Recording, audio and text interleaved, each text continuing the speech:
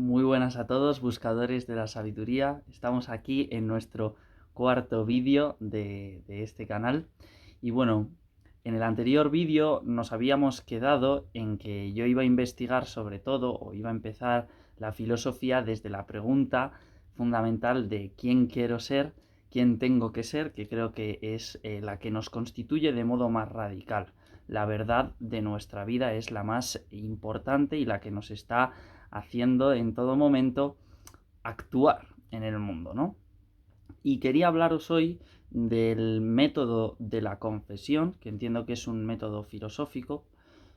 Bueno, muchos de vosotros sabéis que es un género literario, el de la confesión, y me baso sobre todo en el libro de las confesiones de San Agustín. Os voy a hacer entender un poco por qué me refiero a ello como un método filosófico. Se trata de esclarecer cuál es el argumento que hay tras mi quehacer, ¿no? Habíamos dicho que la persona es un quehacer circunstancial que está sustentado por un argumento narrativo, por un argumento biográfico, por creencias, por ideas, por motivaciones que están todas ligadas por un gran proyecto de quién quiero ser o quién pretendo ser, ¿no? Y por eso decimos que la vida es biográfica, narrativa. Pues bien, el método de la confesión lo que me permite es, mediante la pregunta de por qué y para qué estoy haciendo lo que hago ahora mismo, ir indagando en las motivaciones, en las creencias, en las ideas, en el argumento que subyace al quehacer que estoy en este mismo instante practicando, ¿no? Entonces es un método que nos lleva a la vida como la realidad radical, la vida biográfica, que no es la conciencia. No se trata de una descripción de lo que estoy viendo, de lo que estoy escuchando, porque lo que estoy viendo, lo que estoy escuchando, en mi circunstancia está radicalmente modificado por aquello que pretendo hacer. Por ejemplo, para mí esas dos guitarras que tengo ahí atrás no son un problema. Para mí en este instante es un problema pues la cámara, la luz, el micro y y lo que se estoy diciendo en el vídeo. ¿Por qué? Porque pretendo ser quien os cuenta algo o quien os intenta transmitir la idea de que es el método de la confesión filosófica, ¿no? Entonces, dada esa pretensión, también adquieren importancia los elementos de mi realidad que aparecen en mi conciencia realmente.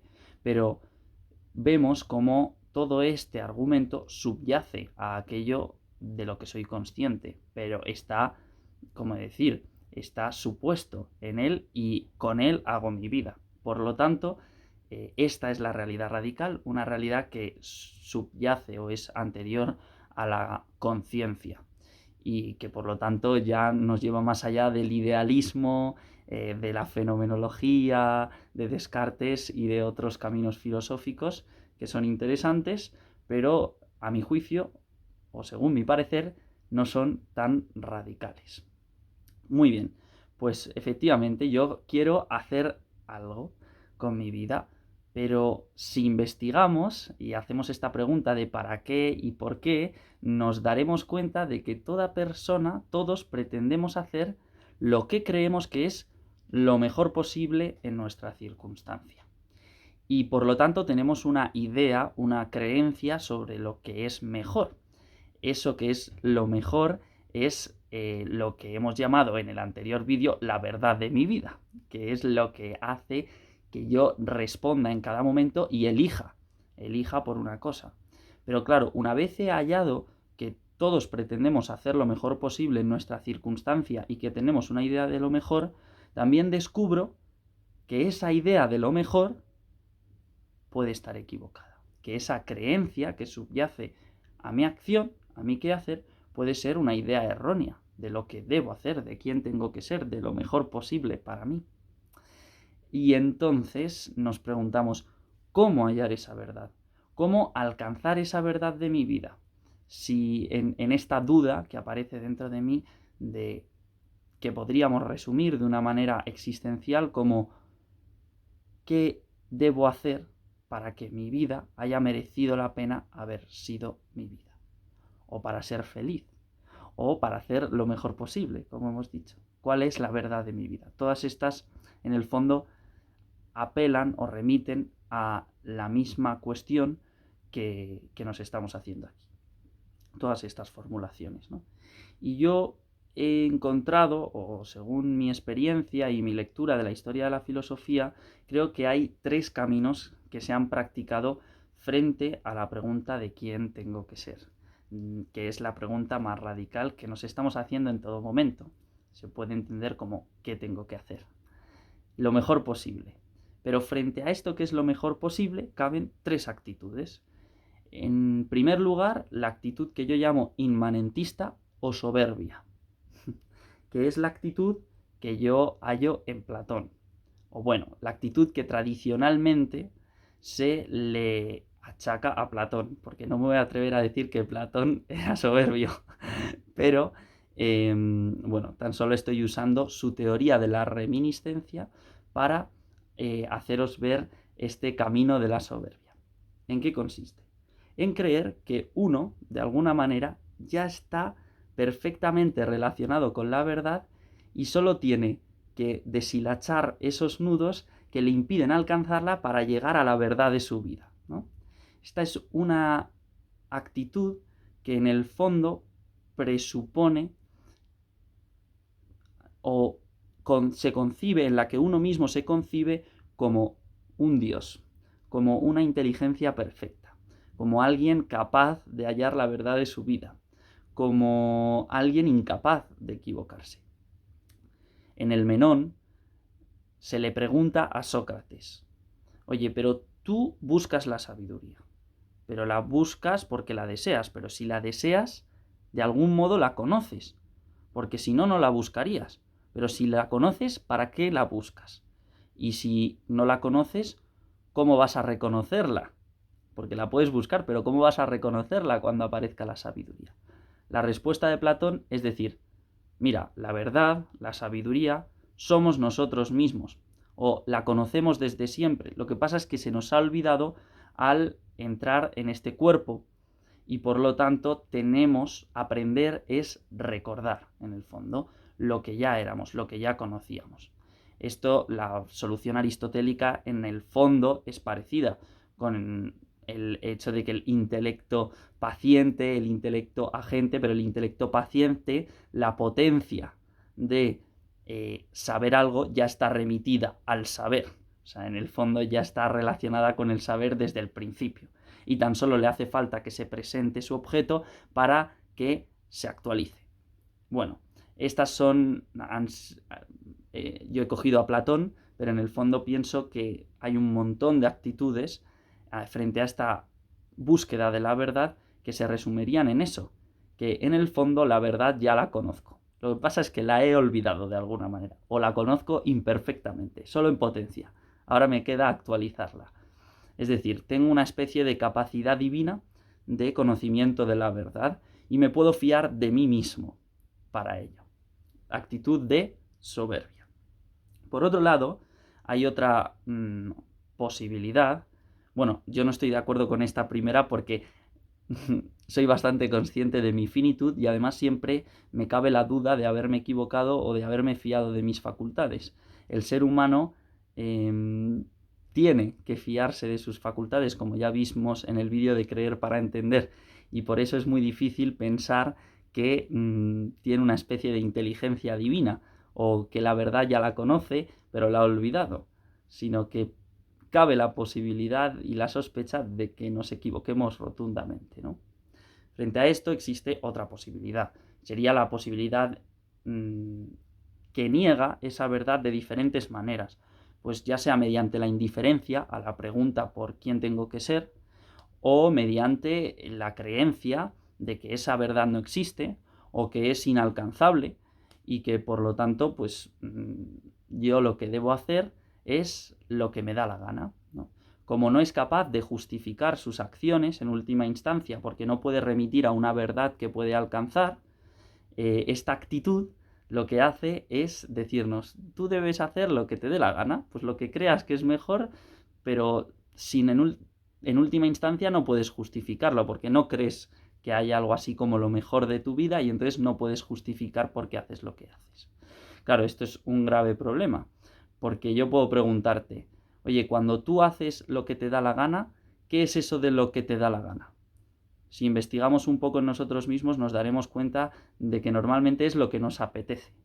Pero ¿quién ha colocado en ti lo que te apetece? Y sobre todo, ¿te apetece lo que realmente quieres?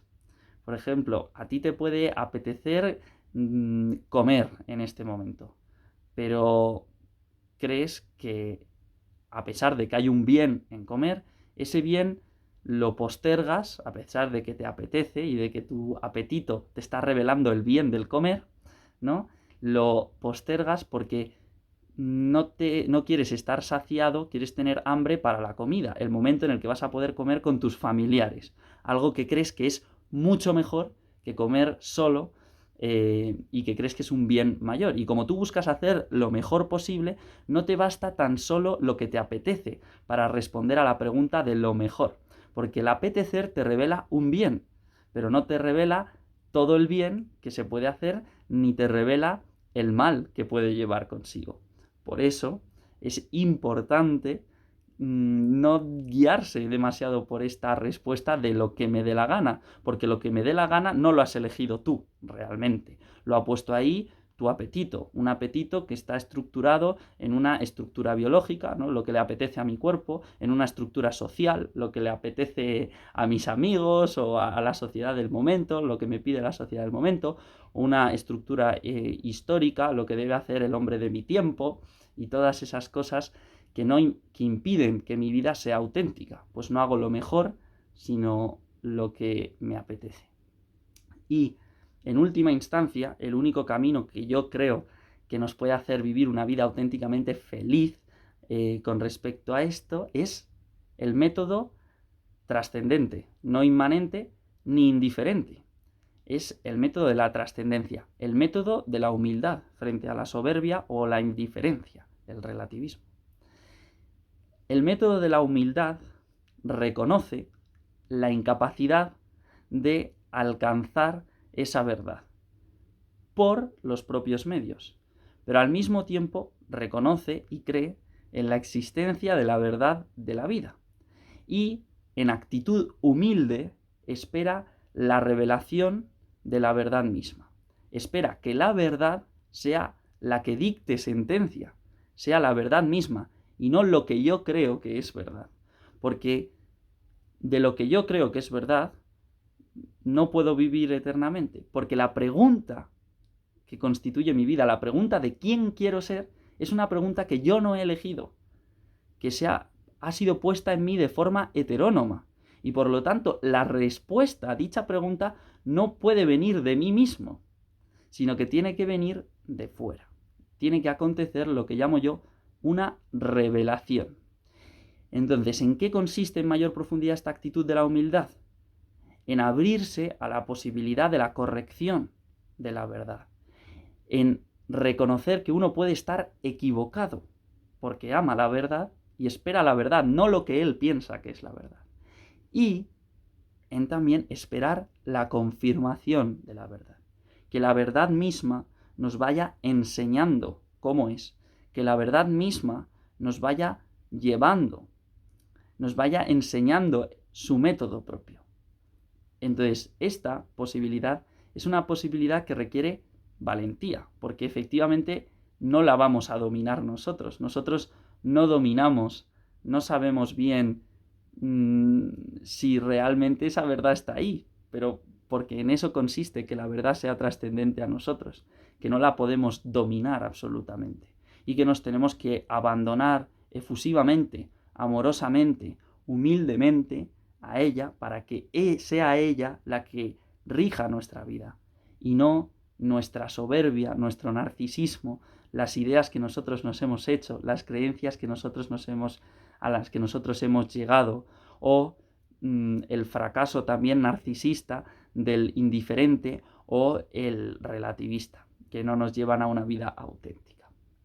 Pues bien, entonces con esta actitud o esta búsqueda de la actitud de la humildad, de la corrección y de la confirmación abierta a la verdad, habiendo extraído este método de la confesión que nos lleva a la pregunta por quién quiero ser y a la necesidad de la verdad de mi vida.